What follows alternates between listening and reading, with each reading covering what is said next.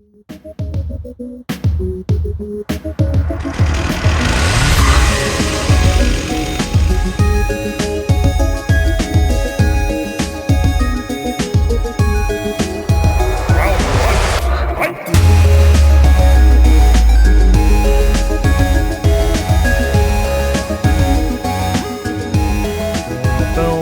everybody, welcome to another amazing episode of the F13 podcast. I'm your co-host Brian McGinnis. With me as always is my other co-host who goes by the names of Cliffy B. I'm in a fucking mood today, dude. Tell us why.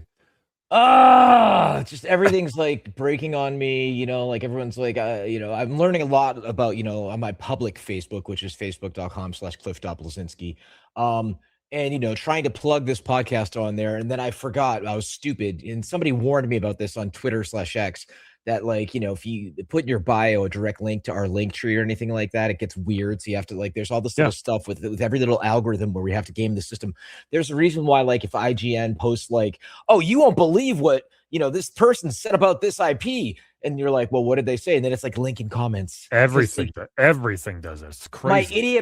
My idiot brain didn't put two and two together. Like, there's a reason why that. And I'm like, hey, maybe I'll Google it. And like, yeah, because Facebook, Zuck, again, shareholder here, fucking wants to keep it all in their ecosystem because engagement. That's the thing is, you look at some of these streamers that were considered like the top tier, they still do Twitch streams and YouTube videos and things like that. But when I read like their public Facebook or their Twitter X, I still hate saying it. I'll never say X. I'll never say X. Don't worry about it. It's so fucking stupid. And then like you'll see like they'll post something, they'll have like 1.5 million followers. They'll post something and they get like 13 likes. And so that's the thing is it's not about following, it's about engagement. That's why we have all the rage baiting. Anyway, my fucking point is I use Facebook Messenger. It's just a handy way because I don't always have everybody's number. I have a lot of that I know personally and professionally on my personal Facebook. And, even my wife and I will just DM each other, right? Like, hey, did you walk the dogs? Like that kind of shit, right? Yeah, and on my main PC where I do everything else, not streaming, not meetings. This is the streaming and meeting PC. Hashtag, you have so many PCs. Like suddenly I go to Messenger and it's just like waiting. And then it's like, oh, enter your code. I'm like, I enter my code and then it just sits there waiting. My wife's Googling it. She's on ChatGPT trying to figure it out because Lauren's my fucking tech support because I'm a huge Luddite. And I fucking it won't work there. And then I log in on that PC with Edge. It's fine. And then I go in incognito window, still won't work. And then on my phone it works. And then I go to this PC and log in on Chrome on this PC on Facebook and Messenger works just fucking fine. And the saying I would always say, technology is why I drank. Now I can say drank. But exactly. Yeah. So how the fuck are you, dude? All the drinks. I'm doing good. Besides that, my PC is fine, or my Mac is fine, I think. Fuck you. I'm looking. I didn't shave. I haven't shaved. I usually shave like every 5 days, right? Dude, I'm going on like 8 or 9 right now because my special is tomorrow. So I wanted to have I'm going to shave tomorrow, probably tonight. Actually. Oh, so for those of you who don't know, Brian, being the comedian extraordinaire, is taping his first fucking special. He's like 20 years in. He's like, now's the time. Got a solid fucking amount of people rolling out. It's going to be great. I'm bringing my tomatoes. I was hoping this was your playoff beard. No, this is just, well, I mean, sort of is because I usually time it right. If I have nothing, I usually go like 5 days and then I'll shave that morning. If I have nothing to do, I can stretch it to maybe 6 or 7, but it gets itchy and I'm on like 8 or 9 right now. And I'm like, I'm going to just shave tonight. So that was my main question is the itchiness. So for me having a little bit of a beard, like after I got past your stubble point, it kind of just goes away and you're not sitting there like, yo, man, I'll suck your dick, that kind of shit. And the best thing is since I still get pimples at my old age, it hides them. I have a big, like, one of those under the skin ones right here. Sure. And you can't see it. Ha ha ha ha ha. But yeah, dude, fucking hype about your fucking special, man. Thanks, man. I love the support. It's gonna be fun. We gotta have a good turnout. It looks like so far, and I got some fun stuff I want to do, and we'll just see how it goes. We'll see how it goes. I don't know. Are you gonna? So your hosts and featured folks you had mentioned to me are some local guys who are fucking awesome too. Yep. Andy Forrester is gonna host, who's been doing it forever, and Mark Brady is one of the best comics down here too, and gonna have a really good time and just set the tone right, and then bring me out. And I rehearsed yesterday. I got like an hour of stuff, so I'll probably trim it down to maybe 40, unless I kill every joke. But I'll probably trim it down to like 45 minutes when I Oh, actually that's the release. little thing I've learned Special. from my dipping my toe in this stuff is you can't Yeah. you gotta okay, joke doesn't land, move to the next. Joke does Yeah. land, let it breathe, right? And Yeah. like you don't get nervous. I've seen you do this a bunch. You Yeah. just have a really great laid back way about you. Like whereas if I ever do anything like and I just burn Yeah. right fucking through it. Yeah. Fuck, man. Yeah. So comedy. Let's keep on that while we're at it. Sure. Yes. So I haven't finished Joe DeRosa's comedy special. For those of you who don't know, Brian Yeah. messaged me. I need to check this guy out. I watched the first like 15, 20 minutes and immediately I'm like, no, this is one of those ones we save. Like this isn't one of the end of the night fart around on YouTube and watch whatever dumb videos. Like this is one that Yeah. deserves your full attention because this guy, in my opinion, God bless him, George Carlin is dead. He feels like this reincarnation of the timing doesn't work out because this guy's middle-aged looking, so that wouldn't work. But he feels like the reincarnation of George Carlin with his cynical fucking sense of humor, dude. Where did you find this guy? I've known Joe forever. I've known Joe probably started comedy just a couple of years, not even before I did. I knew him in New York, and oh, you actually know him? Oh yeah. I'm actually trying to get him on the podcast. He's a big game collector, also. Oh no shit. Yeah, we're gonna try to get him on. He already said he'll do it. He's been busy, obviously, with the special coming out of Netflix and stuff. But hopefully we can get him on soon. But Joe's always been so funny, very, very negative, but in a funny way. And like you said, cynical. But this special is great. I watched it. Dude, his whole bit, like where he's talking about like the world, everything is so shitty that when you get something that's slightly less shitty, you're like, oh my god. The whole bit he does about watch the special. I'm not going to do it justice. Where he's talking about like flying coach is so fucking horrible that if you go to first class, it's not incredible. It's just good enough that you can actually fit your seat. That's and all then it is.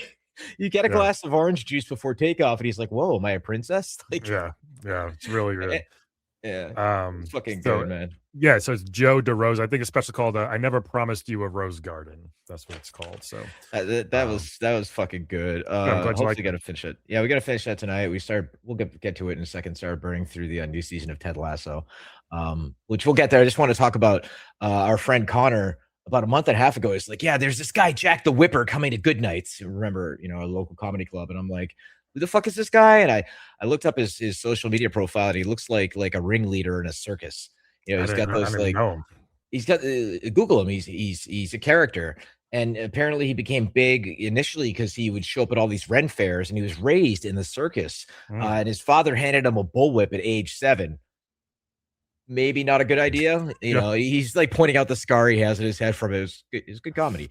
And but we go there, and since we get our tickets early, and they love us there, we're usually front row. And I'm like, oh, we're at 206. We're not in the front row. No, there was no front row for this show because they got rid of the front row. So 206 was the front row because he actually is on stage with fucking bullwhips. Holy doing geez. and then he's known for it. Well, so the thing is, he had all these videos, and his wife does like video production. And they took all his little videos and they were like, fuck it, let's just throw these on TikTok and see what happens. Right. And next thing you know, he's sold out a Tuesday night. And his fans just like, it was like my people. I felt like I was at the game developer conference. They were just this big, beautiful crowd of sweaty nerds. Yeah. And it was just fucking great. And he's known for his thing is he'll go to the crowd and be like, name a song, and he'll pick a song from the crowd, but he'll sing the song to the beat of his whips while he's also improvising like replacement lyrics. So he's like doing whose line is it anyway? Kind of almost like freestyle stuff with the whips at the same time while wearing this ridiculous outfit and a painted on goofy mustache. And step 3, profit. And it was actually it was a really fucking good time. Okay, that's cool. I don't mind stuff like that. Like if you're an entertainer type character and it's not like purely stand up and you're just doing weird shit, I don't mind that, But if you're just a TikTok star who blew up just because you made dumb videos, that I'm not a fan of. No, I mean it's just, you can tell though. This guy's got something.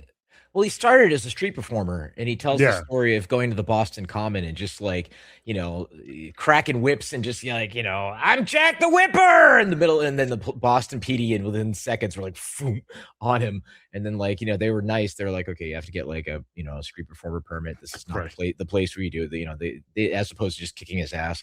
And then he started doing it, and because initially he was actually he's a news reporter for NPR, and he hated all of it, but he actually ended his show with this whole thing, saying quit your day job and do what you really love, which is nice in theory. But if they hadn't realized that they could just stumble upon putting his really funny stuff on TikTok, he'd probably still be doing the news job he hated. Right. So Yeah. that was Interesting. that was inspiring shit, man. But yeah, That's good cool. stuff. Yeah, if the world wasn't on fire and things were normal, we could all quit our jobs and do something we love, which we Yeah, all or if you're like a trust fund kid, I right. always say that there's two types of trust fund kids. I know one in town whose dad is insanely rich. He's an acquaintance, right? And what he does is he redevelops like old buildings in town, right? And helps chefs kind of open new branches of their restaurants, and he does really really cool stuff with his family's money. And then there's the ones who just become alcoholic coke addicts that are out there with daddy's black card at the bar, like, do you know who I am, those types. And it's just like, one of the many reasons I don't want to have kids, because we're fiscally comfortable, is like, that's one of the many reasons, is I just would hate to have the trust fund kid. And I actually do people who've done okay, not even like really well. They've done just well enough, and they actually had a whole thing where, if they die in the trust, the kid can take out from the trust every dollar that they earn that year, which I actually thought was a really cool idea. Like, you earn, 50 grand that year, you can take 50 grand out. Okay. And that's, so they're doing fucking something. At Yeah. least, My kids are screwed when I'm dead, so we have nothing for them yet. We have nothing saved for them. They'll get the house, I guess, which they'll be still paying off. Wait for your Netflix special, dude. Yes, of course. Mark my words. Yeah, we'll see what happens. No, but I'm excited to get it done and edit it and make it look all nice. I was at Neptune's yesterday, the venue, just kind of walking through stuff and planning it. So it's gonna be good. Can't wait. How's the lighting?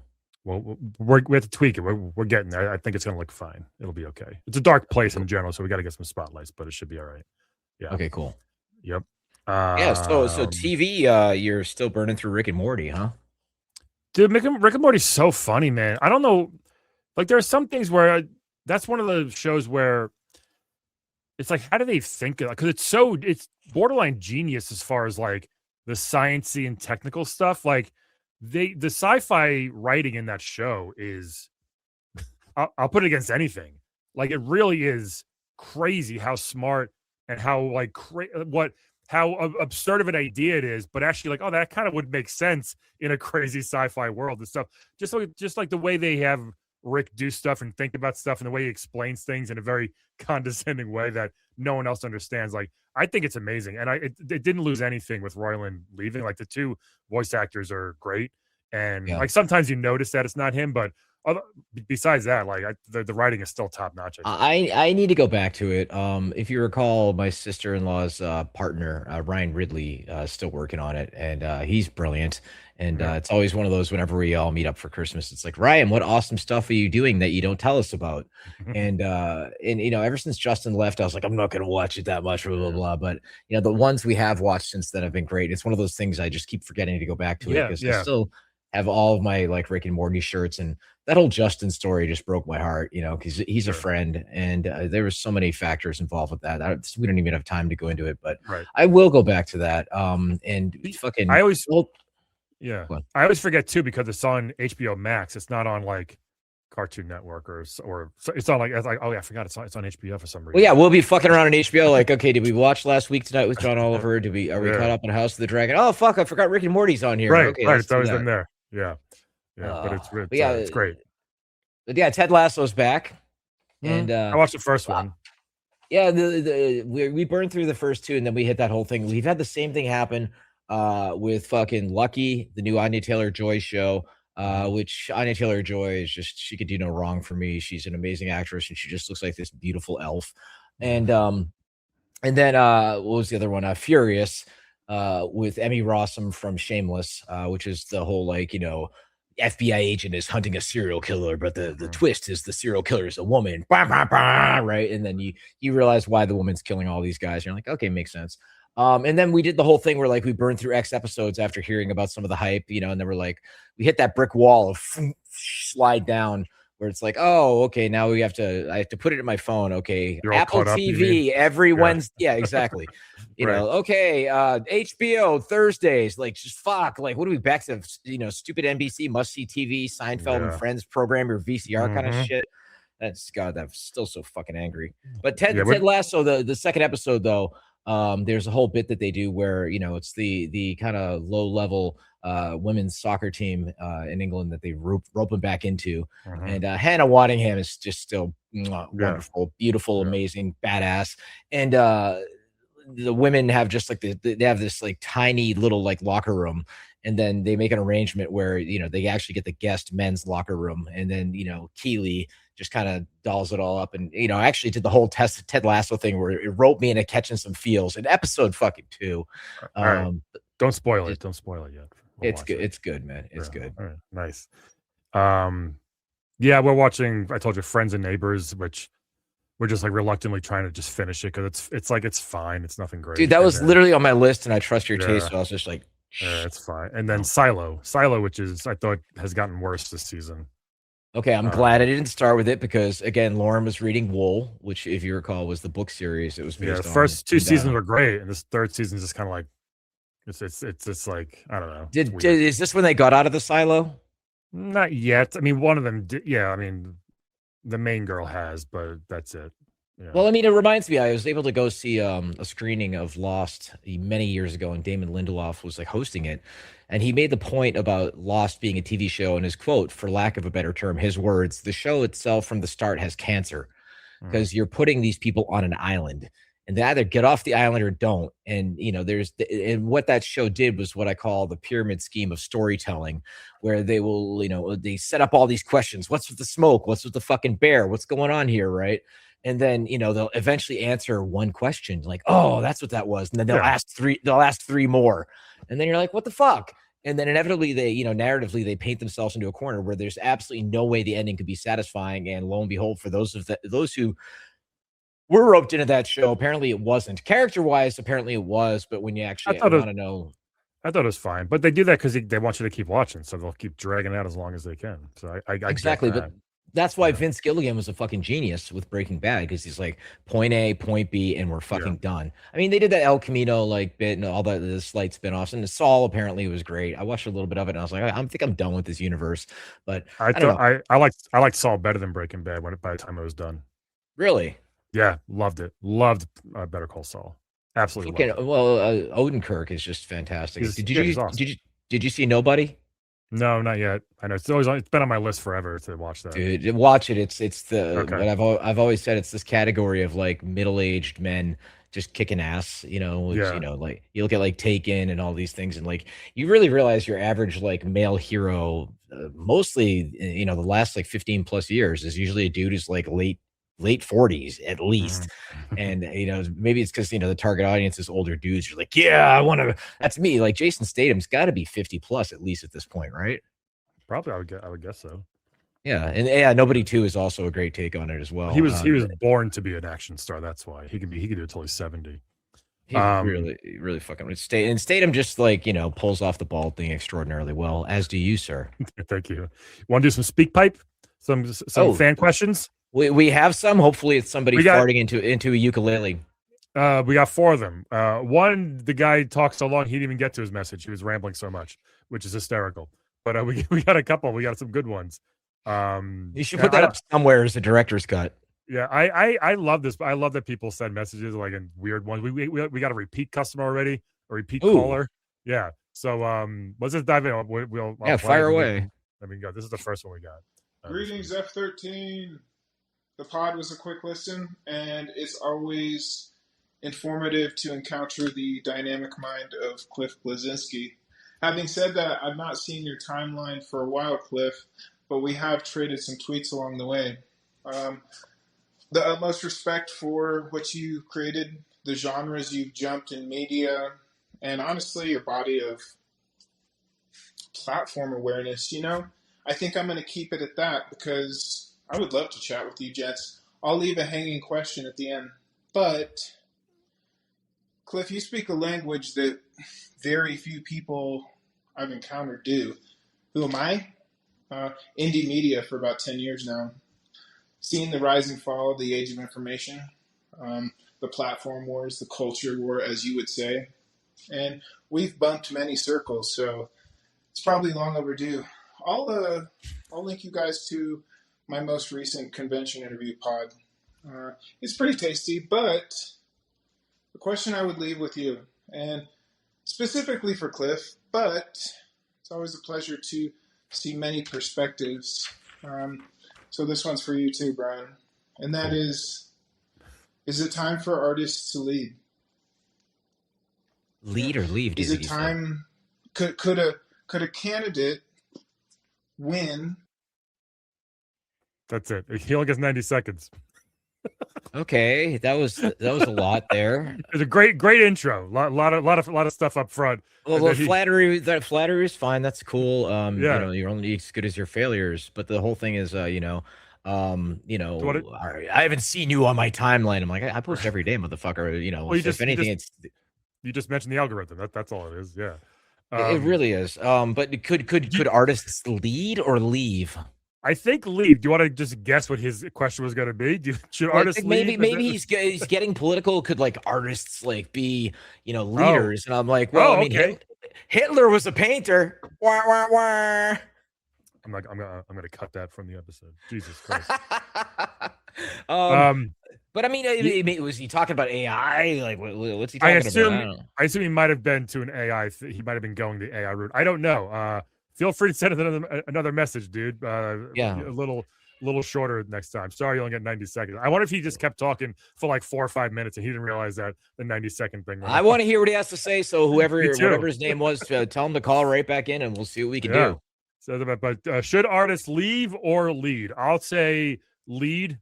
What will you say? I would say lead as long as they're properly medicated. Sounds good. Don't leave, artists. We need you. All right, artists are very important. Here's another one that we got. Hey guys, long time caller, first time listener. Love that. So I just had a question for Cliff. Here we go. When are you going to make Jazz Jackrabbit 4? Jesus Christ! At least it's not a Gears question, right? Should we tell them? Should we tell them that you're working on it? But Jazz is in legal. Jazz is in a legal battle with somebody. This ties into one of our dear friends, hilarious woman, very intelligent, named Maida, and she's one of the lawyers at Epic, very, very high up there. And she recently went on vacation, and she told me at karaoke on Monday at the Raleigh Beer Garden, for the record. And she's like, yeah, when I came back, she had a lot of work to do. And I'm like, cool. And she's like, that means my job is secure. I'm like, cool. And she's like, ask for a raise then. Cool. And so then she's like, what about Jazz? And they're like, oh, well, he hasn't really posted about it. And she's like, he talks about it on the podcast all the fucking time. Thank you, Maida. It's in his mind. And like, we were literally, we'll talk about Pal World once Jenna gets on, because I want to get there. We were watching like the honest trailers for Pal World last night, and they were going through like the different, Pokemon ripoffs that are in Pal World. And they cut to like this one rabbit looking thing that was green. And the caption they used in the honest trailer, swear to God, I haven't posted about it myself. It says Jazz Jackrabbit called or something like that. And, nice. I think Jazz is more than ever in the zeitgeist. And would I make it myself? Not necessarily. Would I, potentially contract with and produce and consult on a very talented studio that would do something with Jazz? Absolutely. I think a platformer would be great. I love that sweet pixel art more than anything. But I think a first-person shooter, like in the vein of Jumping Flash, I've always said would be really, really sweet. Yeah, I would love to see Jazz come back as a platformer myself, but that'd be cool. Either way, that'd be great. So hopefully that answers your question there. We got one more for us. Then we got one more for Jen. We have a guest, Genna Bain, coming on, by the way, folks, in a few minutes, but we're going to save her question. Jenna's like, I'm your first VTuber on there. And I'm like, yes, Jenna. Yes, you are. We got one more question for us here. Hello, gentlemen. Roll that window up. I'm delivering mail here. So, long-time listener, second-time caller. This is that guy from last week. He asked a question. Frazzleberry or something. Frazzle STD, as I was referred to as. Hey, so I asked about the TV show thing, and you guys said you guys don't rewatch TV shows, but you guys replay video games. And I'm thinking that's something I really don't do. I don't replay a lot of video games. If I love a game, I'll recommend it heavily. Like BioShock is always on the list. Shadow of the Colossus is always on the list. I'll go out of my way to tell people, like, you need to play these games. But I don't really replay games. Now that brings me to my question. What is your guys' absolute food that you have to revisit? A food that you're like, oh, I need it once a week, once a month. What is it? Like, what's a food that you guys go buck wild for? For me, cheesecake, baby. cheesecake, baby. I love a good cheesecake. So real quick about games, I don't really replay that many games, especially like long single player games. I think one and done. I did do Last of Us 2 like 5 years after it came out, just like get that feeling again. But like I don't replay long games like that. Like I'll play, Turtles in Time or NBA Jam and Mario World, things like that. But I don't really replay many games. Do you? Especially long ones. Yeah, I don't really replay shit. I was thinking Yeah. about jumping back into Expedition 33 for a little bit, just so because now, like, Side quests again, and stuff. Or well, yeah, whatever. and I was halfway through the fucking game before I figured out the Picto system and the weapon upgrades. Right. And then I'm like, oh, this suddenly got a little bit easier. I don't have to get Right, every parry perfectly every time. Yeah. And then, I'm tempted to go jump into a little bit of more of the Power Wash Simulator since I beat the campaign. But that last bit pixel hunt of the year at 99% in mashing tab and looking around the map, and there's one little section you missed. Yeah. It's like they could have just put a little audio beep to like let you know, kind of like beep, beep, beep, beep, beep, Oh, that'd be good. beep, like colder, warmer, like Yeah. boom, little thing. Maybe they fixed it in the sequel. It's I like heard- you're enjoying it, you're washing it, and then you're like, oh, now 1%. Now it's on you to figure out where the fuck Yeah. that is. Fuck you guys. I heard 2 is a bit more forgiving with that. What food do you crave every week? That's a good question. I mean, I love a good Nestle Crunch bar, to be honest. Oh yeah, those are good. And Right? that's the thing. I keep bringing it up, but ever since I quit drinking, my sweet tooth has been through the fucking roof. I love like golden Oreos are really good. Keebler fudge stripes, Really? you can, they gotta the rent on that tree is really high. They gotta make those stripes with That's that true. elf magic. They do. But I love a good fucking prime rib. And I've had bad prime rib in my day, but the OG, you just dump that, you just slop it on, the Tim Robinson animated GIF. And anytime somebody talks about like fucking AI, slop it on. Sloppy And then, steaks. Yeah. Yeah. But then I just, take a piece and put it in that horseradish sauce and hits the palate. And that shit is expensive and delicious. And yeah, I do love a good pizza. And it's one of those things. Brian, you being from the Northeast, good pizza. Like all the places down here in the South are like New York pizza. Then you have a slice. You're like, that's not fucking New York pizza. Yeah. Yeah. I have a thing, and people get mad, but most New York pizza is kind of the same. I say there's like most of it's pretty similar, and then there's a few that are like, that stand out that are really, really good. Like overall, they're all pretty good. There's some like the dollar slices are gross, but overall, most of it's really good. I mean, regardless about what you think about Dave Portnoy from Barstool Sports, he's an asshole. He's such an asshole. He's got a whole army, and I don't want the army coming after me. I don't care. Bring it on, Dave Portnoy, you piece of shit. Maybe we'll get. I was hooked on his one slice series for a while because half the time when I see a slice, I can tell just by fucking looking at it. Like, it's got the little bubbles and everything. And then you look at the undercarriages and how much flop it has. You get a slice and then it just goes. Poof. You want it to have just a tiny bit of flop. You have to have that cornmeal on the bottom a little bit. I love tiny bit burnt.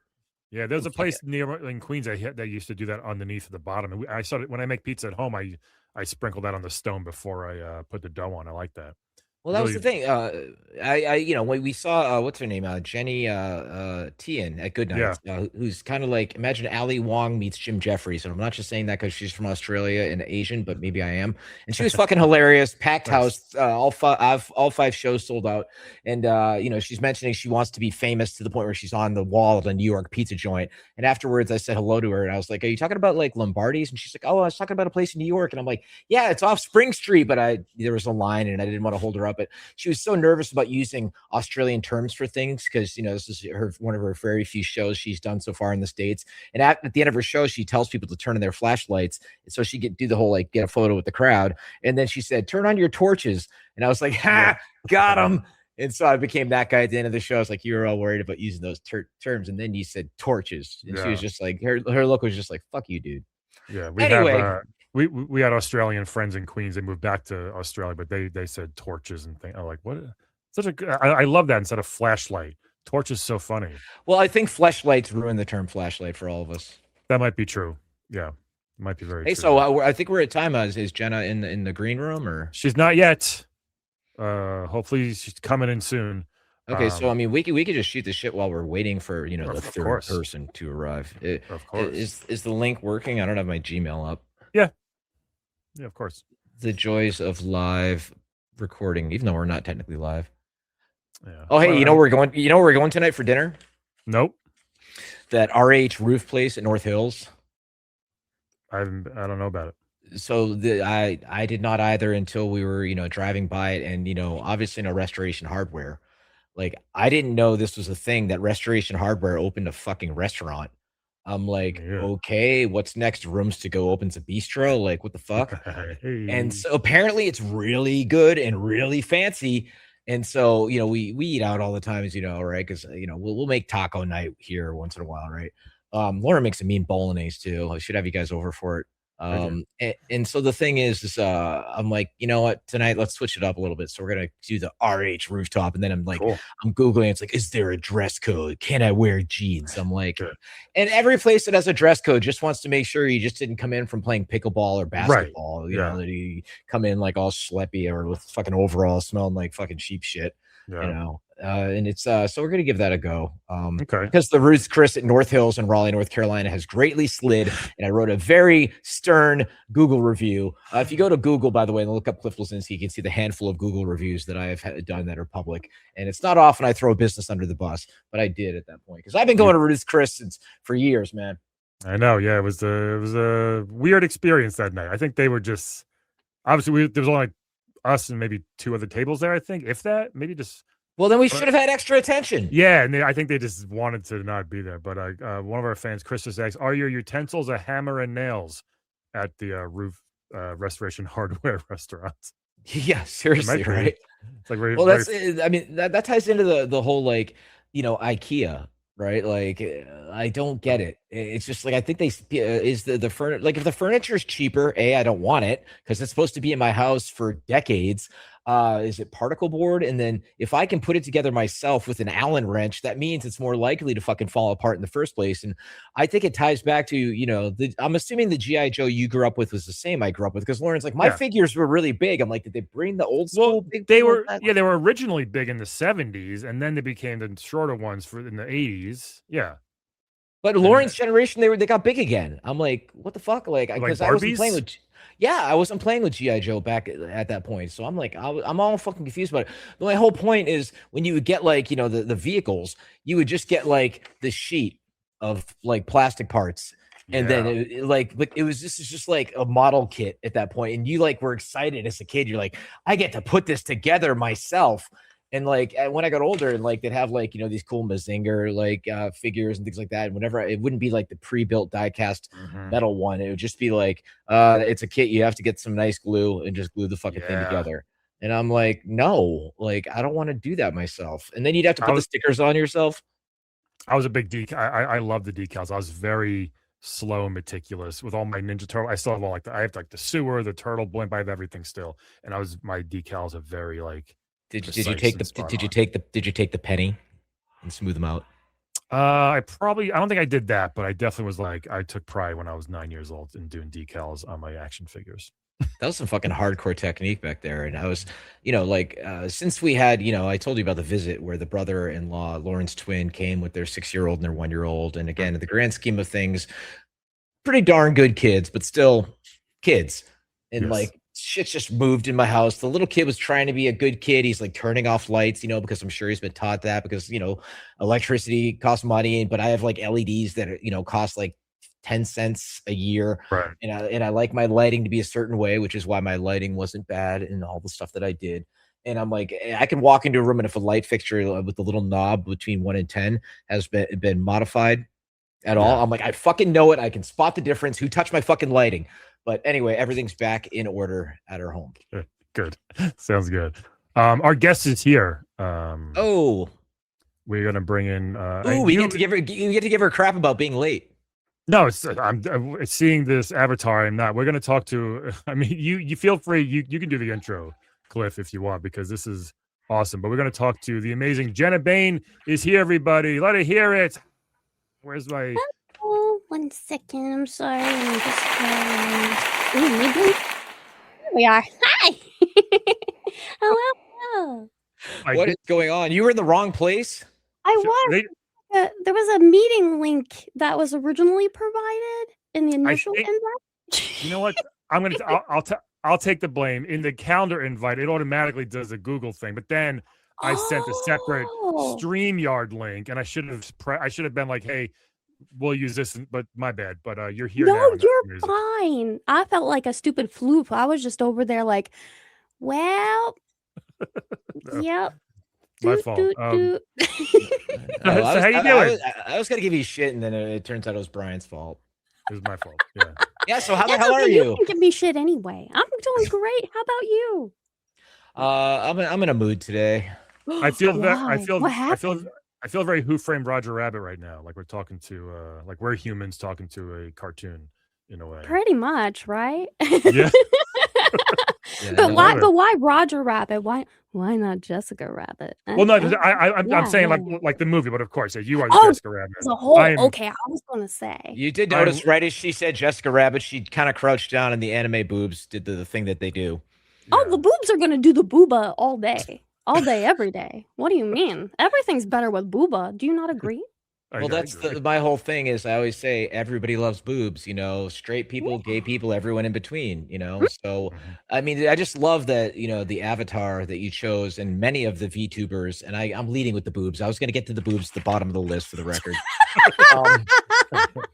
That's that meme. I'm a simple man. I see boobs, I hit like, but just the physics like that have become so appealing to everyone where it's just like, it's like you ever see the old video of Kate Upton, the famous model who's very voluptuous, and she did the 0G flight, and she was just oh my God, I haven't floating thought about around that in forever. Right? Blast from the past, Kate Upton.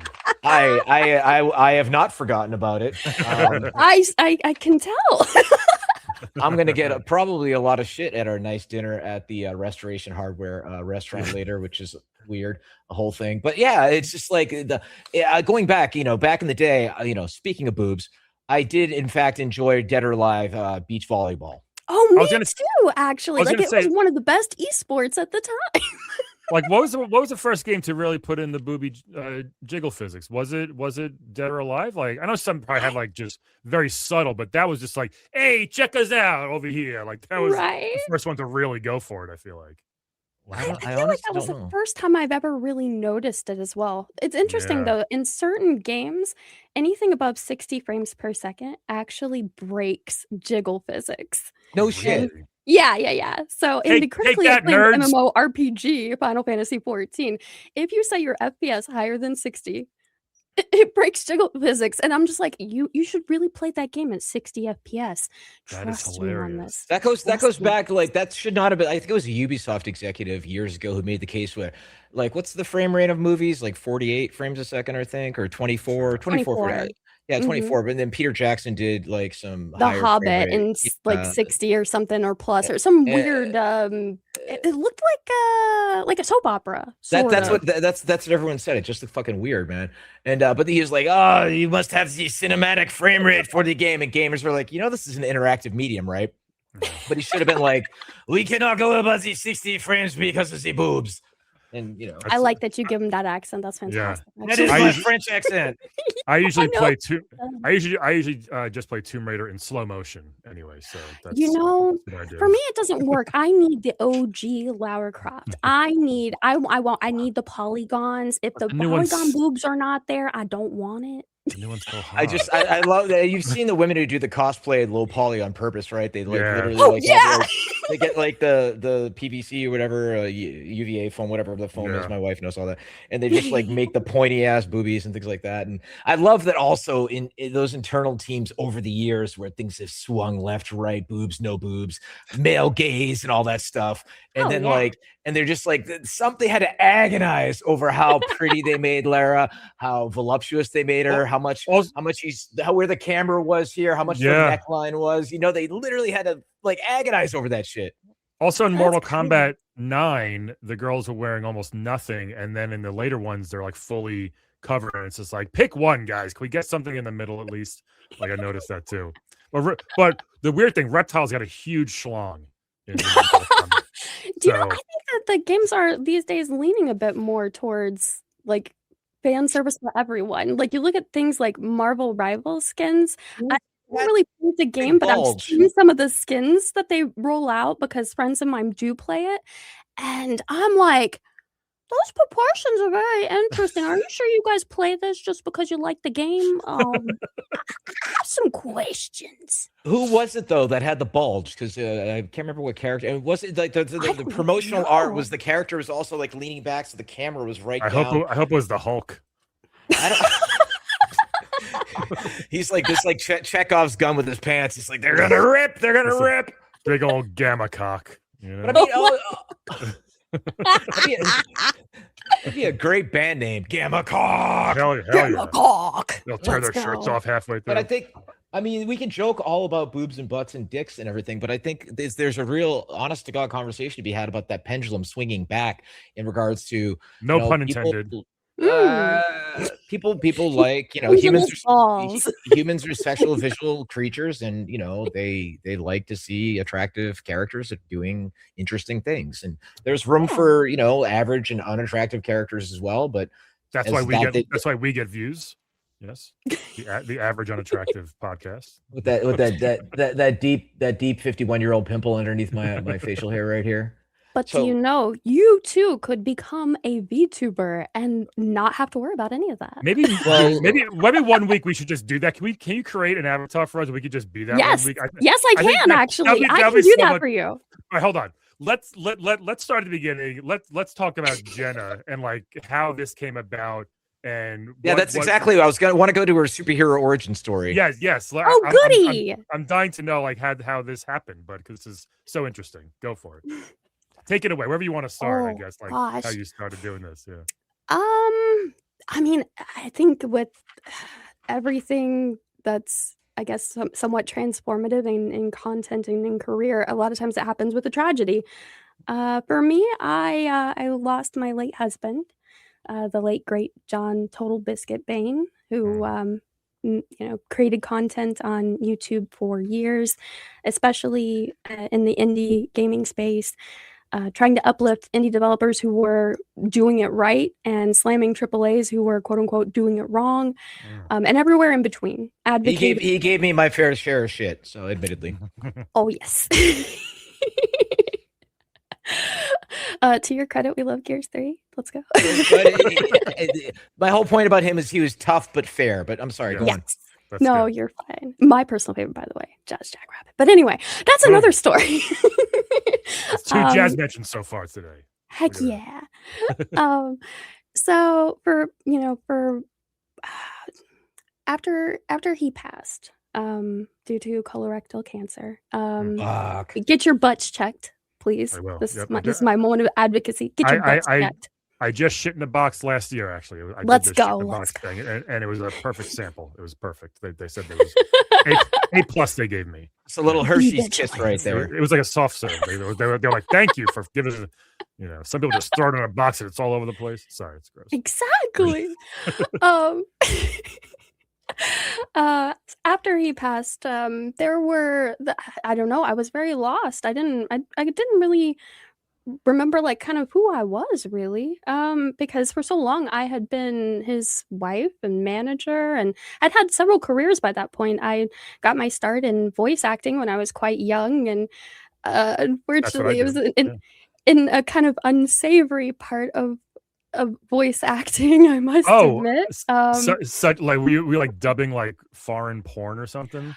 Like in the first wave of Japanese animation that came over to America, I was underage at that point. But when the second wave started coming over, I started working with companies like Anime 18, and I used an alias all during that time. So a lot of people have heard my voice and just didn't know it was ever me, and you will never find out which ones it was. Do not ask. So I got my start in voice acting, and then I moved when obviously I married my late husband. I started helping him manage his career. So then I leaned into esports at that point. We, started an esports team for StarCraft 2 in South Korea. So I became owner of an esports team. I did a lot of things. I managed players. I was an esports agent for a time, and I've done so many different things. I had no idea what to do when he passed, because he was my whole world. And I knew I wanted to do something in the gaming space, and I knew I wanted to do something to advocate and help people, I guess. Yeah, I wanted to spread awareness about colorectal cancer, for one. And I also wanted to address things like mental health concerns, because I feel like a lot of times gamers don't really get that kind of support. It's more like, oh, I'm sorry, go ahead. I said you think? Oh, just a bit. Well, that's good, because our guest last week, Mike Wilson, they have a foundation as well for gamers and mental health. So this is awesome. Oh, heck yeah. That's fantastic. I love that. Yep. I really wanted to connect with the audience that he left behind, and I was so afraid that people would forget about him. I was so fearful that people would forget about all the good work that he did and all of the awareness that he brought to smaller studios and the impacts that their games can have on the world.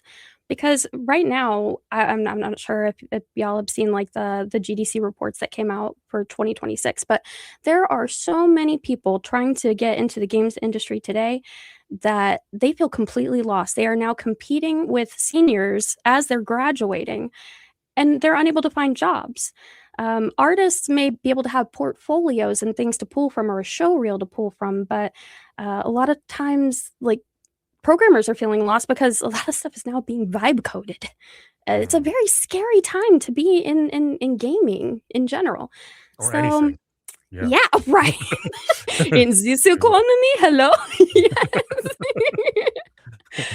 But yeah, so I don't know. My heart has always been into video games. I've always loved video games. So now I mostly am a VTuber, and I stream over on twitch.tv/Genna Bain.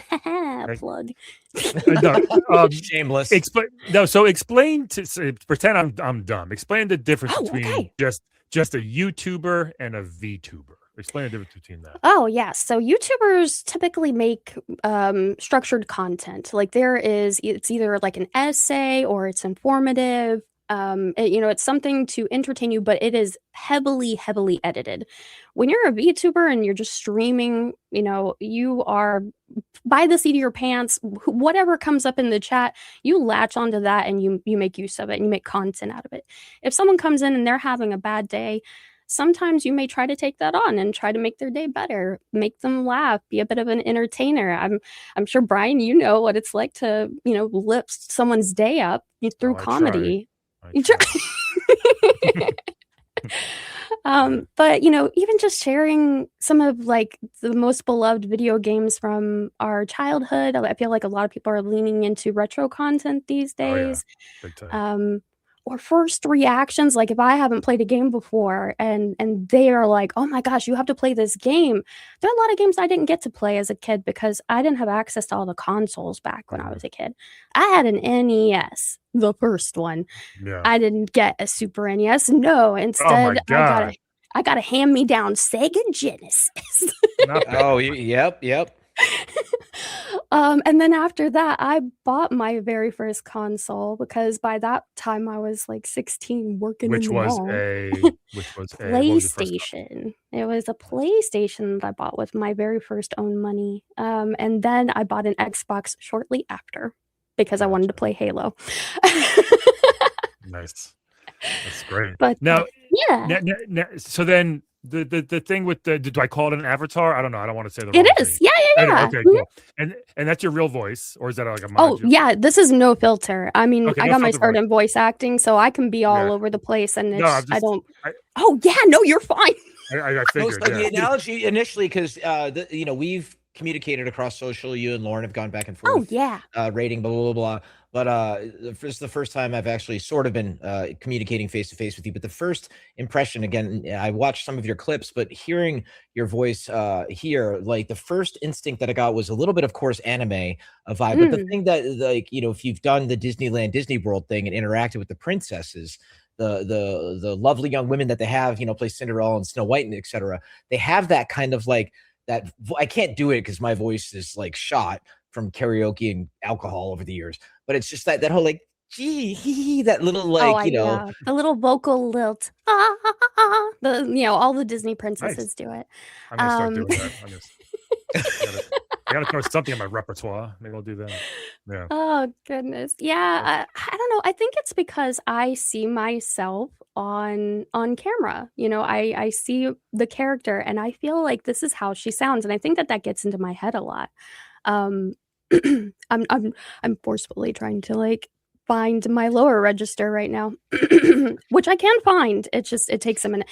For some reason, chat in in streams often likes the lower register, and I'm not sure if it's because they think I'm a dommy mommy or what, but they sure do like they like making me uncomfortable with that. I've never actually heard that, but the higher register, I'm not even into like that ASMR, but those who like that, I could see how people could actually glom onto that. I think it's so funny. I can just picture some guy like, talk lower, scream like my dad. Come on, talk to me like my, tell me I suck. No, a lot of times it's like just basic encouragement, like, hey guys, why don't you drink some water? All right, why don't you take your medication today?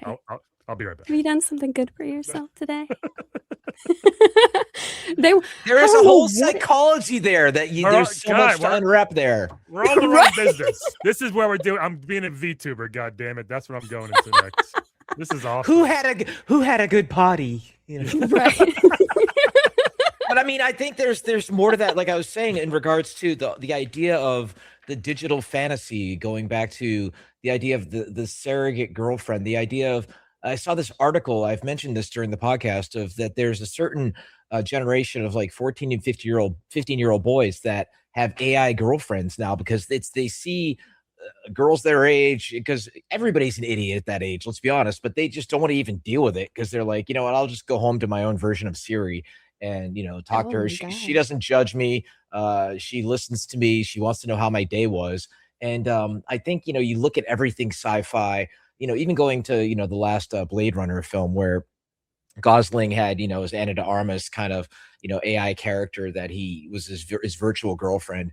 I really think more than ever that whole thing is that's coming online right now. But also you look at, you know, robots, and it's really merging into that movie Companion. I don't know if you saw that one, which was fantastic. Sophie Thatcher. And I think it was Jack Quaid in it, who's just great at playing an asshole. And then Soulmate, which came out recently, Soul M number 8 TE, and the TE is redundant at that point, but they actually mentioned it in the movie, which is actually really funny. Which actually was not bad from James Wan, you know, Megan and all that shit. But it really feels like we're headed to a future where dudes just don't want to date anymore. Do you think that's where we're headed? Well, that is difficult because as a woman, that's hard to accept. But at the same time, there are also AI boyfriends, and I find that like, come on, I know y'all are being replaced. No, that is really funny that we never even thought of AI boyfriend. It's only the AI girlfriend. It's yeah. Obviously, Stephanie Bryles is into that kind of thing. Ask her next time you see her. Has those little yaoi games and all that shit. I've seen that. You know, I was just thinking. I was writing down a bit. I had an idea. You know those comics back in the 80s. My wife's a bitch. Take my wife, please. What's a comic like 40 years from now going to be like? Hey, my AI wife's a bitch. What's that going to be like? I'm trying to think of a developer. That character. Right. My AI wife won't cook the food that I want. Exactly. AI wife won't. Yeah. So there's got to be something there. I'll figure it out soon. But that'd be a funny bit. Yeah, I don't know. It's I worry that people are just afraid to engage with humanity in a way. Yeah, that's. I mean, have you seen humans? Have you talked to us? We're scary. You made a great counterpoint, because I threw dudes under the bus, but I think it's a universal issue in the fact that loneliness. I've said this before, that loneliness is an industry now. Yes, absolutely, and it's a very profitable one. And that's scary. Jenna, we do this thing called Speakpipe, where people can leave us a message, like they can record like a 90-second question, or just they can fart for who cares, whatever it is, and they can send it to us. We did a few before, and somebody left you a message. I wanted to play it for you now. So you can hear. So if you have, it's a quick one, but here we go. Okay. Speaking of, it kind of ties into what we were just talking about, I think. So here we go. Yeah. Hey Jenna, you're one of the best people I know. I don't really have any questions, so should I get the yellow or the brown dress? That's the yellow dress or the brown? What? Oh, I don't know. That's what. The yellow one. Yellow. Happiness. Let's go. Yeah. Yellow He said you are the best person he knows. How does that make you feel? That is extremely parasocial. But that honestly, I know that happens, especially in VTuber spaces, in streamer spaces in general, because chat is right there and the streamer is right there. Clifford, you've seen this maybe happen with the lovely Lauren. Shout out Lauren, we love her. She's all right. She's okay. She's great. Having such instant access, it's not like on YouTube. Well, I mean, obviously if you stream on YouTube, then maybe it's like that, but if you're just releasing a video, you can just scroll through the comments at your leisure and just be like, well, that's kind of weird. Okay, scroll on. Right. But when it's happening live and you want to engage with your audience, and I feel like authenticity is extremely important these days in a world full of AI, and AI can do pretty incredible things, but it's also kind of killing some parts of our creativity out here. So is that a big difference? It's like the live interactivity that you do versus? Yeah. I got you. That makes sense. Okay. Yeah, because it's, if you stream quite regularly, people get used to waking up and there you are. You're there, you're streaming, you're playing maybe one of their favorite games, and they can just like keep you up in the background while they go about their day. Right. During the pandemic, a lot of people started working from home, and so it's almost like being kind of a companion to them in some way, or just sound in the background perhaps. I know not everybody engages with the content in the same way. I happen to play a pretty popular MMORPG, so a lot of people can play in the game with me, and we can raid together, we can do content together. So it's a lot more interactive than things used to be when you were semi-famous on the internet, where you were like kind of unreachable. Yeah, it's a lot of access to, it's good and it's bad. I mean, I remember way back in the day, there was this girl, I can't remember her last name right now. It was Jenny Cam. And she was like the first live streamer where like 99% of her life was just live. You could just click on her 24/7 and just see what she was up to. And, we tune in working those late nights at Epic and see like, what's Jenny up to? And like, she's sleeping. And you see a lot of the streamers will do this thing where they'll have a camera on them while they're just sleeping. And I don't know if that's beautiful or sad, right? Yeah. I think it's kind of odd a bit, especially the ones who have things like redeems, like, wake me up by subscribing, or wake me up by dropping like a certain amount of subscribers. I'm like, that is your sleep. Sleep is actually very important to the way that we function and operate as human beings. It bothers me to the point of like, are they sacrificing their mental health? Are they sacrificing their physical well-being? Oh, probably. I would say that's scary to me. I mean, there are people that they are desperate to get a little bit of money because the world is increasingly expensive. But I mean, I think there's a certain amount of mental health and dignity involved. It's like when Lauren's like, I'm going to do the streaming thing a few years ago. I was like, okay, cool. Please don't be one of those streamers that for a tip or whatever, sub, you'll write somebody's name and of course dry erase, but write their name on your chest or whatever, or like put stickers all over your body. Like I let her pie me in the face on camera. Fine. Right. Like, here's a pinky toe. People freak out. Oh my God. Feet? 5 stars. Hold on. Does your avatar have feet? Let's get to the. Oh, it does actually. Hold on. I think I can show you. Do we have a drum roll, Brian? Hold on. Do we have a drum? let me check. I have Ooh. I'm ascending. We're ascending. Look at those thighs, men. Look at this. They call me Thigh Senpai for a reason. Uh-oh. There they are. Hey, there we go. There we go. She floats, folks. She floats. She does. She floats. And even the physics of the little dress are like you're underwater. It's fucking hilarious. Do you like? Do you change your outfit, or do you always look this way? I'm just curious. This is my spring outfit. So I have a couple different. Yeah, I know. I have a lovely texture artist. Her name is Tay Katz, and she is my VTubing godmama. We call her because in the VTuber world, you have a mama and a papa. The person who creates the arts, the person who rigs the art, and you have a godmama sometimes. The whole thing. Who retextures your character, and so she makes different outfits and things for me. What would you let's like, hypothetically, let's design our avatars, Cliff. Me, I'm a big Ninja Turtle guy. Can I have something like that? Can I have like a cool Ninja Turtle looking avatar? I think you could probably be anything you wanted to be with enough money and resources. You could be anything on the internet. Well, that was don't have that. Well, that was the thing that two things I don't have: money and resources. Damn it! Ah, dang. Well, I when I told Lauren, it's like, oh, we're getting Jenna on. She's like, oh, that's awesome. And we were talking about the whole VTuber thing and the psychology and mentality behind it. And she's like, yeah, apparently those avatars, to get one you really want, aren't cheap.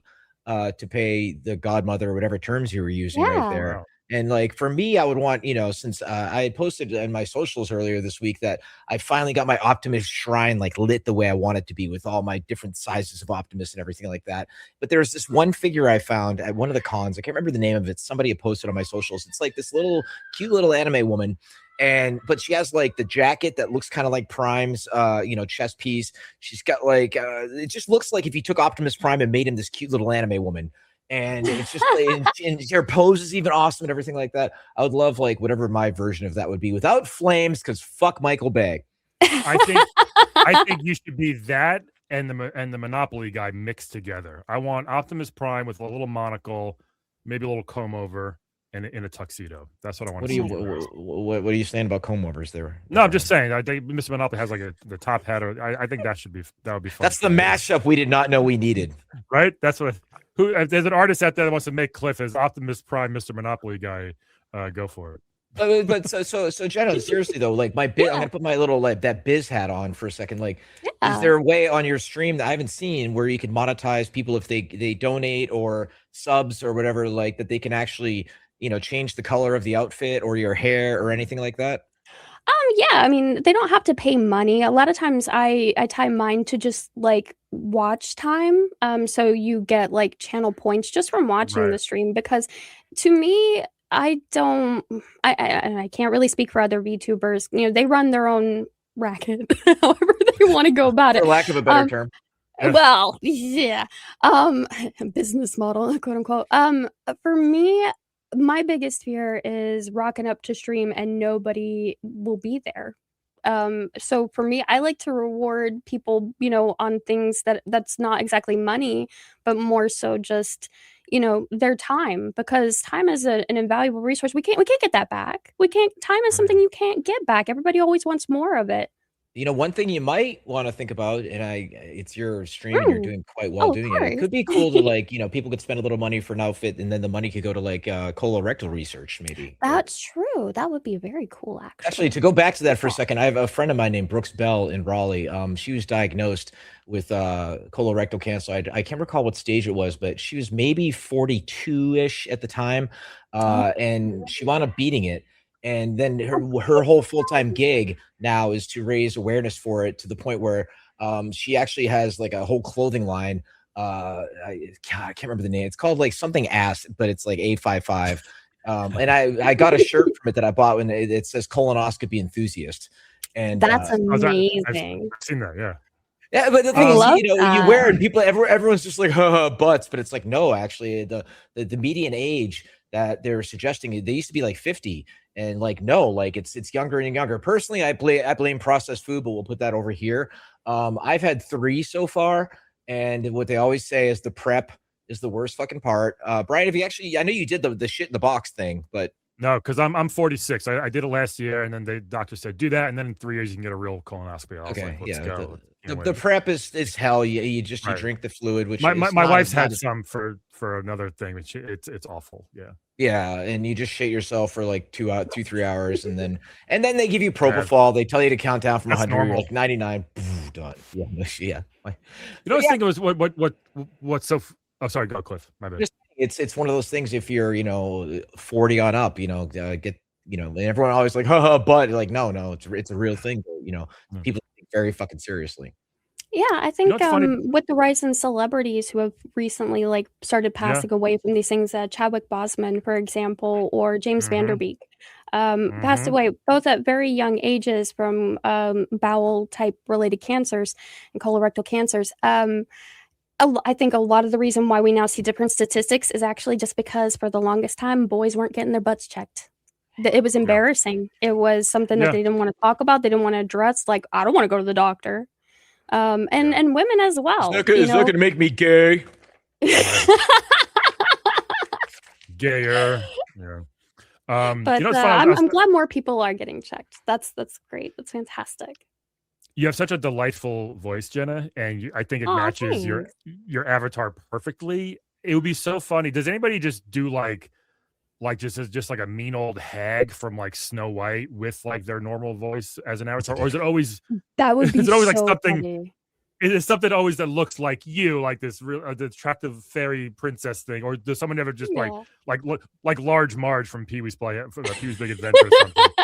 I think that's what I would do. That's why I would make no money doing this. Because I mean, when I like if I play a video game that doesn't have voice acting, you better believe I'm going to use my talents and I'm going to voice those characters the way I think they are. And of course, they're still seeing my avatar on screen. So I'm over here, like a lot lizard, smoking 50 packs a day. Call your mother. Like it's absolutely it gives them the giggles because here I am looking all ha ha ha ha and.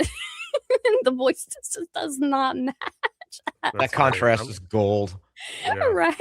I mean, that could be just amazing to do like a northeastern, like from just a disgusting from Worcester. Yeah, like hey, Jeff, we as you guys going to pack the cat, that kind of thing. Like, be a fun contrast. Hey, so real quick, back, I want to geek out a little bit about some video games with you. What you've been playing and streaming. So I want to talk about the Adventures of Elliot. Oh, I love The Adventures of Elliot. That's such a cool game. You told me about this recently, Cliff, right? This one. Yeah. Yeah, I mean, the thing is Link to the Past, like, I came up with the original Zelda. I was like, I hear it has a gold cartridge. Is it real gold? I don't know, but I want to get it. And like, I was such a Mario fan. It's like the first commercial for Zelda was completely stupid. It was this guy wearing all black going, Tektites, Octoroks, levers. And we're like, what is this stuff? This is fucking stupid. Remember the rapping Nintendo kid? Remember the rapping Nintendo kid? No. Oh my God, that was a Zelda commercial. It was like this 9-year-old white kid rapping about Zelda. It was the lamest thing ever. It was amazing. Oh, says the guy who loved the Turtles rap. Well, that was cool, man. How dare you? No love for the DK rap. So going back to the SNES, to go back to our earlier thing we were talking about, like, to get Link to the Past, which I still think is one of the, like, Breath of the Wild and all that. We'll put that over here. But Link to the Past, Zelda to me is a top-down game. Like that's just Zelda to me. And everything I've heard about the upcoming movie, I'm like, fingers crossed. Oh gosh, yeah. I mean, they better get it right, otherwise. Oh yeah. Well, I mean, the Mario movies were great, so it is what it is. But the thing is that whole like playing Elliot, which is such a weird name for the record. It's just like it scratched that itch, and I'm like. But at the same time, I was like, okay, and this is the part of the dungeon where I push the thing, and this is the part where the boss is this, and like it was almost like a gateway for people who hadn't played a Zelda game, a top-down Zelda style game. And I was like, can we get to the part where it gets a little bit? Because I was just played the demo. I don't even know if the full game's out yet. And I'm like, can we make it a little bit more difficult now? So I'll probably go back to it and play it. And like, I think that guy, based on his sketch, I'm like, that guy is going to be evil and he's going to open the portal to the other area. Yeah, no way, right? How did you know he only had like the evil protag haircut and like I think he had a mustache and probably glasses probably, and he probably pushed them up too. Exactly. No one will believe this evil plot. It was me, Dio.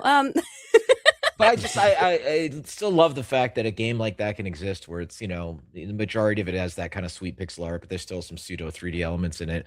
And, in a world of quadruple A. And the thing that, Eurogamer of all people had contacted me because we've had an uneven relationship over the years.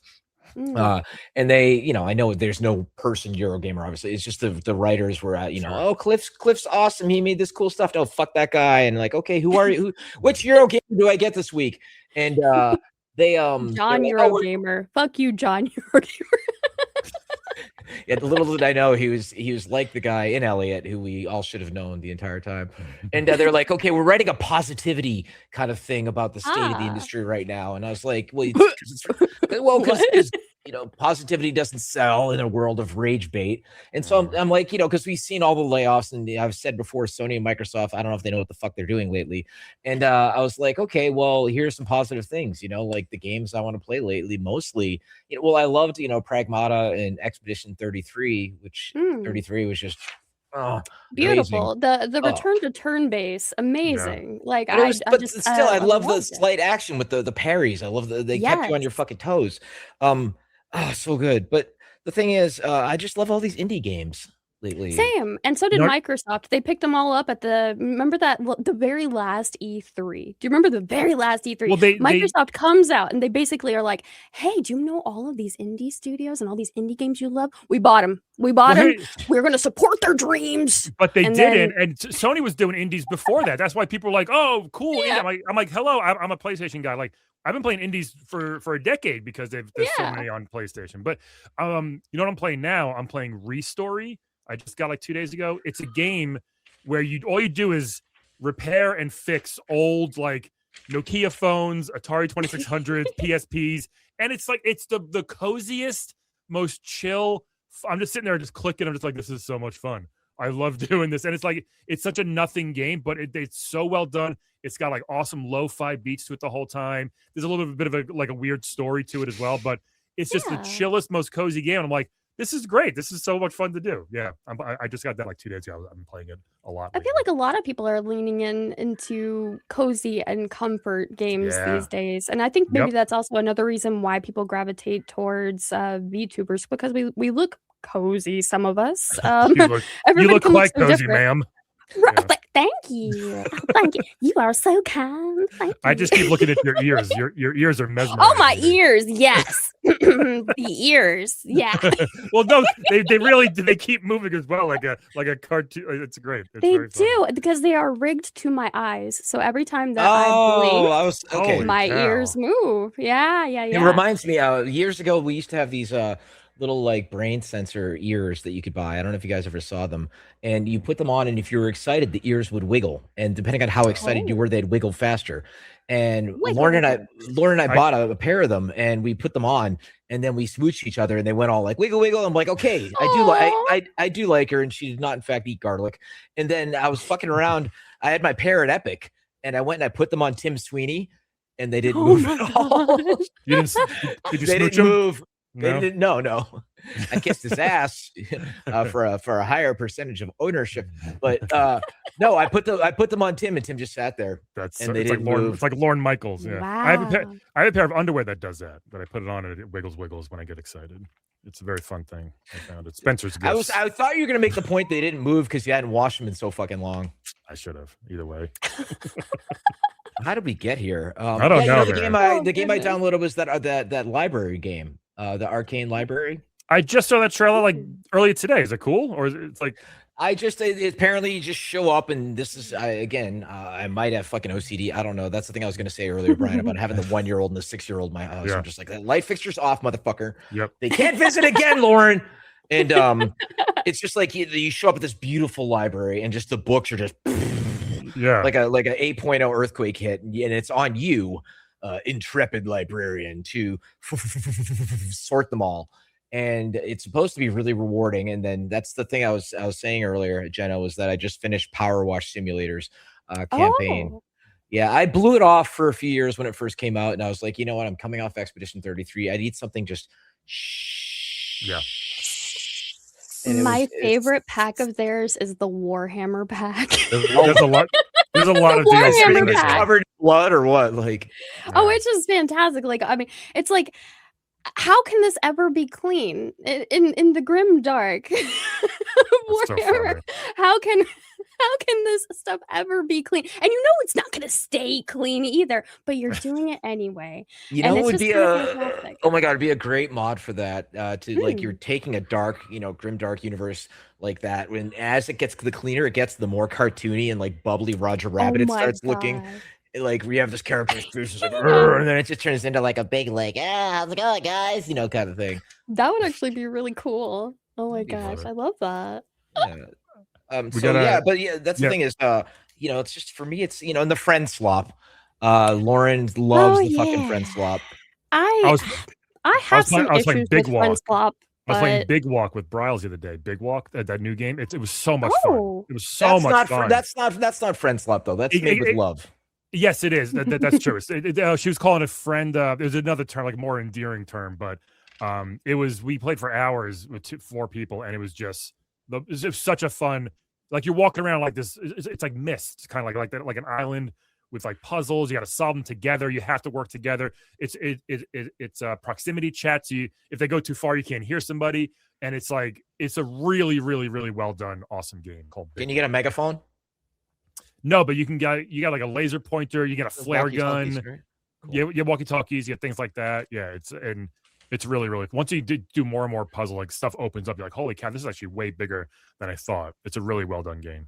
I'll give it a go actually, and maybe we'll play it again. I'm so scared of just any voice talking in any games because Lauren, you know, the whole thing is she gets, hey, go back into the kitchen and make a sandwich, and she's like, okay, I'm really good at making a sandwich. What kind of sandwich would you like? And they're like, oh. And then my friend Epoch, he's a black dude, and he still gets the whole N-word shit nonstop on there. Oh, I hate that. They think they're being edgy.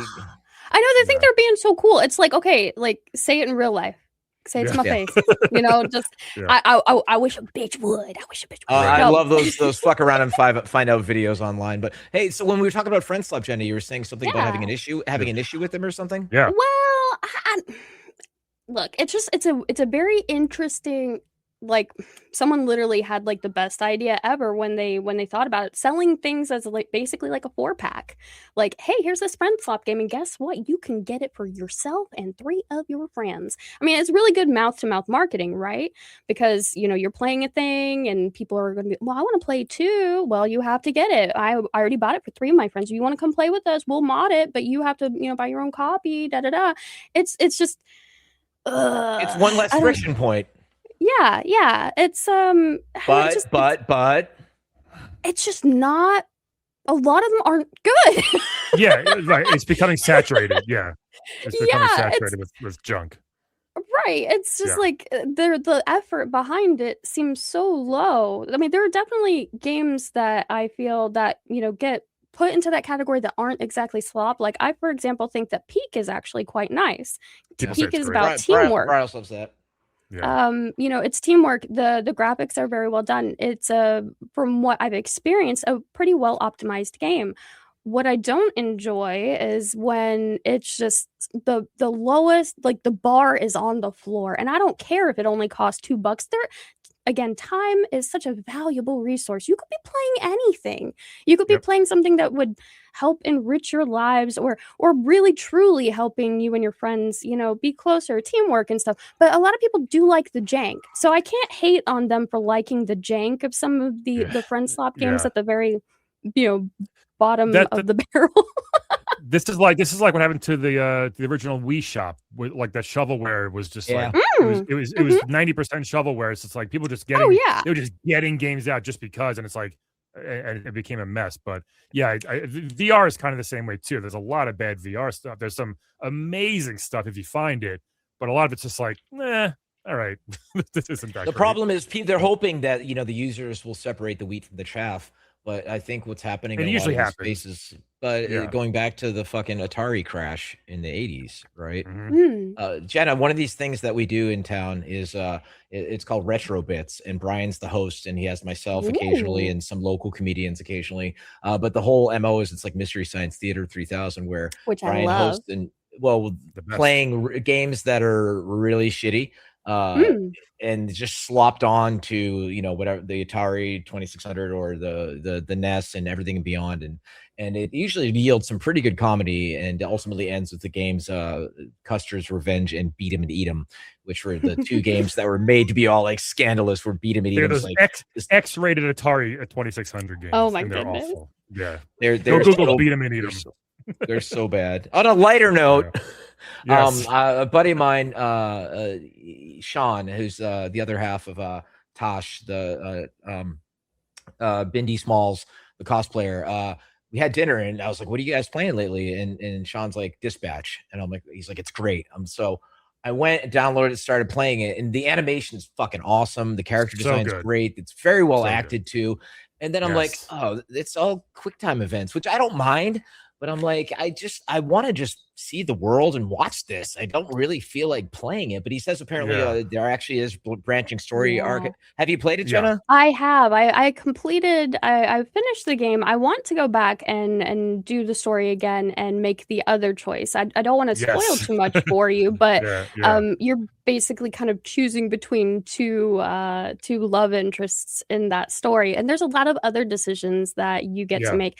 One, I think the fact that it was voice acted fully was fantastic. It's basically like playing through a comic book almost. It's the story is actually very, very good. And it's when you're doing the actual gameplay part, like the sending them off. The QTEs, it's very satisfying. It's so fun. It's so funny, like their banter with each other and how like they're very rude to each other, but in like a fun way. Like, I love that.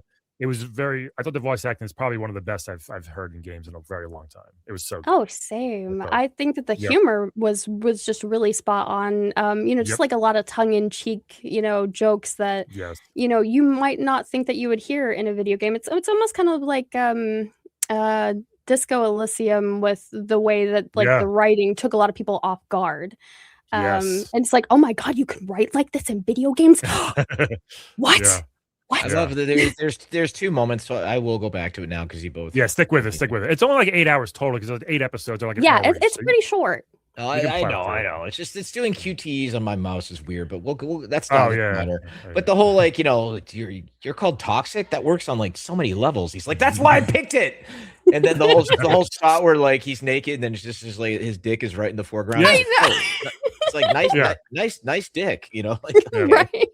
And it's so that game I remember there was a controversy because like I think the Switch, the standard copy on the Switch was an edited copy, but on PS5 or whatever, PS5 is like, hey, do you want cock and balls or no? And you could like actually say, no, just give me the unedited one. But I think people were mad at the Switch because it's like, we want cock, damn it, in our video game. How dare you make that choice for us? Was there like a cock at the beginning of there's a slider bar of like you just want the dick head or all the way down to the balls? Right. It's like Baldur's Gate out here. Select your dick type. Well, that's the other thing is everything right now is getting because I didn't play Baldur's Gate 3 and like I have that RPG itch hitting me again because I came up with Phantasy Star and Lunar Silver Star Story and all those games and like I want to get back into RPGs because I hadn't played them in years and Expedition got that part of me and so I'm like okay, what am I going to tackle? What's the other one? Midnight Shift or something? That's that little indie game where you're like working the 7-Eleven. I can't remember if that's what it's called. And you're trying to figure out who's the monsters who you're checking out and things like that. So that whole Papers, Please spinoff. A lot of games. You have to play Papers. That's the one in Area 51 one, right? Kind of. It's like old Russia. It was on the PS Vita at first, and then there's a lot of games that have come out that are similar, where you're like a bouncer at a bar and you have to like let the right monster in or don't let this person in. And some are very fun, some are very serious. Like Papers, Please is a very dark game, but it's really, really good. And then I think people took that and made it either lighter or funnier and but I played a couple different games like that where you're like a bouncer in like an alien colony. You can't let the wrong alien in, and they're very fun, but there's a few things that are similar in that type of like genre. It'd be really, really easy to make a racist game in that genre. Oh my god. Yes. Totally. But yeah, Shift at Midnight is very interesting. I think that's it, right? Yeah. It's unusual. I mean, because I believe the thing is that you are trying to pay for your pet's medical bills in that one. Like it's a very heartwarming idea, that you're like working. Yeah. So you're and I think people can relate to that because obviously everybody is struggling in this economy currently, and so it's, I don't know, in a way kind of cathartic. It's like I'm struggling in real life. Let me go struggle in this video game, but maybe I can actually achieve a thing. Maybe I can pay for my sick pet's medical bills. If I can just pay for my virtual sick cat's medical bills, I will have done a thing I can be proud of and I can sleep well at night. Well, that's, I mean, going back to stupid Power Wash Simulator, it's like I forgot the term people use. So that's the thing. The term apparently, we've all lived it. And somebody coined it. It's called the Tetris effect, right? We all know when we first started playing Tetris, we'd walk around the world and be like, okay, I could fit that there and all that. And the same, I'll be walking in public with Lauren. I'm like, okay, so like I would first go to that nozzle and then I'd rotate it 90 degrees. And then I'd start strafing all the way down that Jersey barrier. And then I go to the bottom and I get the 90-degree angle where I'm getting like that bit. And then that little like corner where I'd have to switch to the little pointy one and go that kind of thing. Like even our own fucking shower, I'm washing my hair like, oh, that guy needed that corner. I need to get that fucking corner. And like, for better or worse. I wonder go. Oh, I wonder if you ever have your house power washed for any reason. I'm not sure what your exterior is like, but I just imagine them rolling up, like a whole crew, like rolling up, getting ready to power wash Clippy B's house, right? Clipper goes outside and is like, wait, you guys, you're doing this all wrong here. I think we should start over here with this. Well, it's a big stupid house where everything breaks all the time. I love it, but it's everything again. It's always fucking broken. Had felt and heard. Yes, surge protectors installed finally, so the new projector won't fritz out. Anyway, the whole thing is our friend Bree, Bricks Bree, Lauren's buddy. She streams. Yeah. She's does QA at Epic. She's really talented artist, really great person. She posted these. She's an incredible artist. I saw some stuff posted there. She's incredible. I have her shit hanging in my house. That's how good she is. I didn't know. She's awesome. So she got a pressure washer for her house, and she was posting like these videos of it on her Instagram. And I was like, oh, so good. But the thing is, she was doing the whole like, it was vertically aligned, and she's going left to right. I'm like, good. Yep, and then she went horizontal, and then just started doing that up and down. I'm like, no. And you can see it wasn't doing it as effectively. I was just like, fuck. So thanks, Power Wash Simulator, for ruining my social media feed. Yeah. Oh my. Let's Cliff, let's ask Genna our usual question. We got to wrap this up. I could talk for another 5 hours, but I've done a remarkable job of not staring at the pillows the entire time, for the record. Oh, I'm so proud of you. Thank you. Do you get offended? Would you get offended if we did? Is that okay? No, not really. Okay, just make it. That's what they're there for. I mean, it's just. She's moving the shoulders now. It's cascading effect right there. Oh my gosh, I can move my shoulders. God. Yes. Okay. On that note, so the podcast, as you know, is called F13. We originally called it Crunch Time, but it turns out there are a million Crunch Time podcasts, and findability is a big thing. So the question we ask everyone at the end of the podcast is if you had an F13 button, because keyboards go to F12 and then we go to F13. If you could have the F13 button and press it and have it, give you a superpower, give you whatever you want, end world hunger, whatever you want, what would your F13 button do? What would that F13 button do? Oh my goodness. Now that is an amazing question, actually. Wow. It would make you choose the yellow or the brown dress. I don't even know that fucking reference. I don't know that reference. Imagine.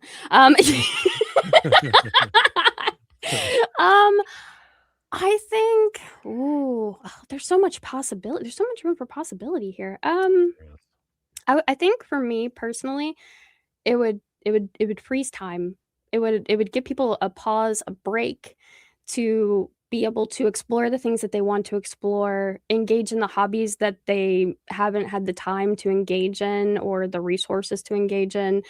I would want them to take time for themselves, because I feel like these days everybody is always online. Everything is online. Everything is now. Emails are even kind of slow now. Now it's all like, DMs or it's Discord or, everybody has such instantaneous contact to everyone. I'm not really entirely sure that our brains were meant to function that way. They're not. You're right.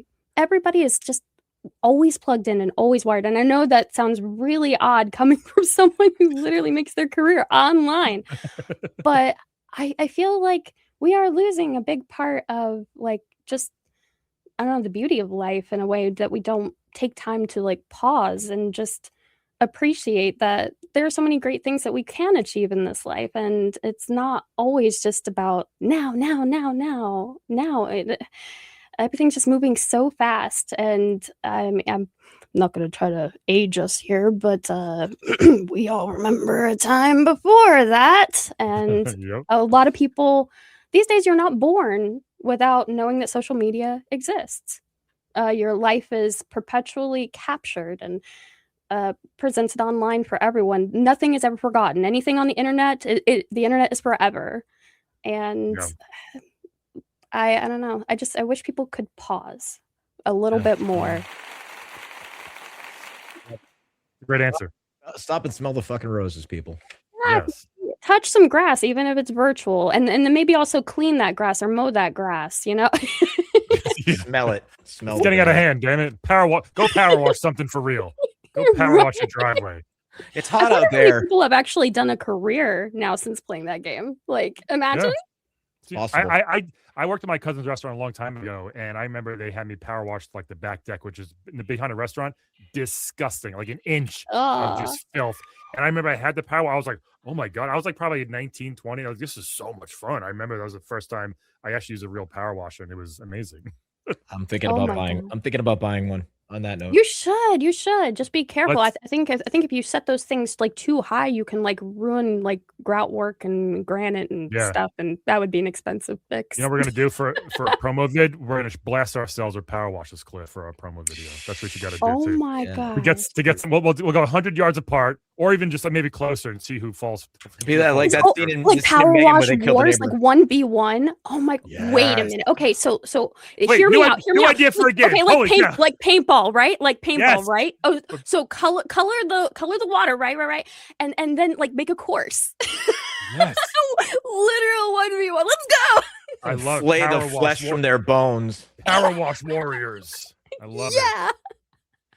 We can make armor for that too. Oh my gosh. Okay, we need to monetize this. Gears of power washers. Don't bring it back to Gears. Power washers of war. Can we go back to Jazz? Jenna gets points for bringing up Jazz. Thank you for coming, Jenna. This was awesome. This was so much fun. Yeah. Thank you so much for having me. I really appreciate it. Cliff, loan me $50,000 so I can make an avatar for myself, please. Seriously, let's talk about that offline. I think it'd be fucking hilarious. No, 100%. Let's do it. Cool. Get people follow Jenna at Genna Bain, Genna Bain on Instagram and Twitch and all that stuff. Follow us at F13 Podcast. Leave us a message at speakpipe.com/F13 Podcast. Oh my God, Squirtle. Keep it short, people. Someone just a Squirtle Con. That would be a great name for that game. That's perfect. Good job, Chris. And we'll talk to you guys next week. Thank you very much for listening. Bye-bye, everybody.